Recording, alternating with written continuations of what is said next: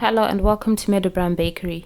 In this video I'm going to show you how to have two tones on your cake. I've crumb coated my cake and I want stripes on my cake.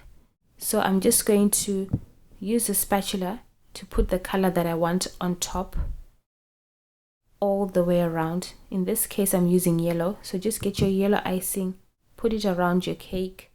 If you want it neater, you can pipe it up all around your cake. And then I want white for the next one. I'm going to use a spatula again and put a white ring all the way around. Repeat this process with the colors that you want.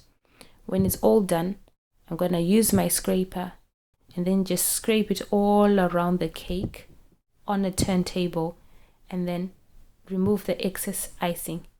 You can see now your layers are defined.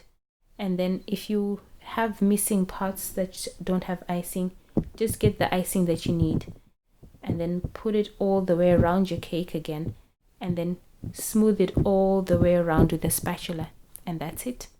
Thanks for watching. See you again soon. For more videos like this, visit my website www.meadow.bakery.com. Please like and subscribe to my channel.